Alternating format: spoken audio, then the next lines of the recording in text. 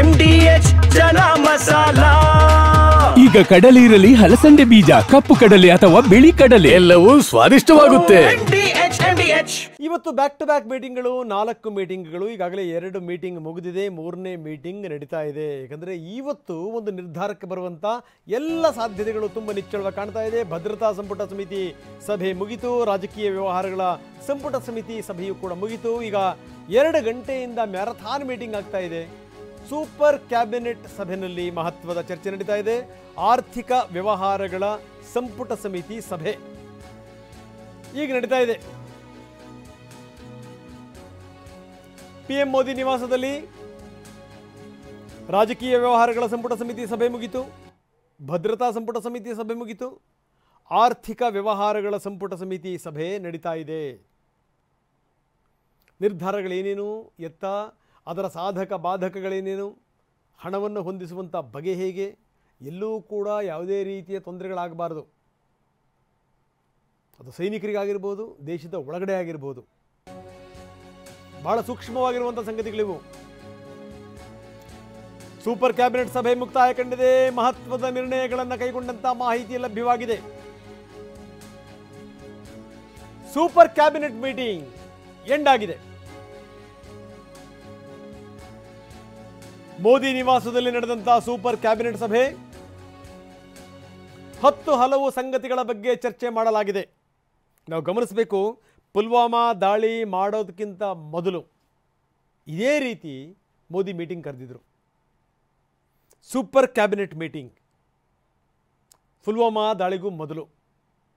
ಈಗ ಮತ್ತೆ ಅಂಥದ್ದೇ ಮೀಟಿಂಗ್ಗಳು ನಡೀತಾ ಇವೆ.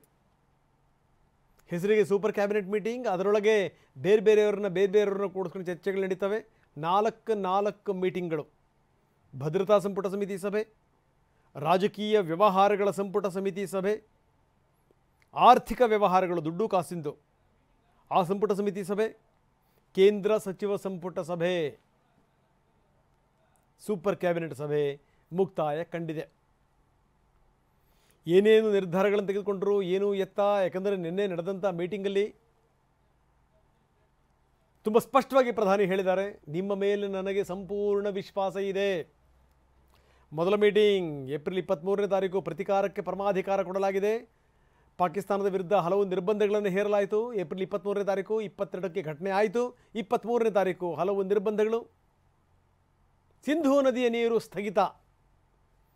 ಯಾವ ಯುದ್ಧ ನಡೆದಂಥ ಸಂದರ್ಭದಲ್ಲೂ ಕೂಡ ಆ ನಿರ್ಧಾರಕ್ಕೆ ಬಂದಿರಲಿಲ್ಲ.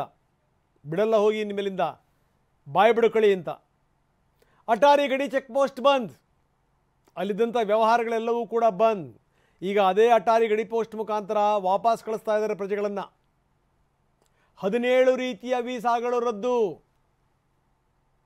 29ನೇ ತಾರೀಕು ಅಂದರೆ ಇವತ್ತು, ನಿನ್ನೆ ಸಂಜೆ ಸೇನೆಗೆ ಪರಮಾಧಿಕಾರ. Target ನಿಮ್ಮದೇನೆ, time ನಿಮ್ಮದೇನೆ. ನಿಮಗೆ ನಾವು ಎಲ್ಲ ರೀತಿಯ ಅಧಿಕಾರವನ್ನು ಕೊಟ್ಟಿದ್ದೀವಿ, ಮಾಡಿ ಬಡಿದು ಬಿಸಾಕಿ ಅಂತ.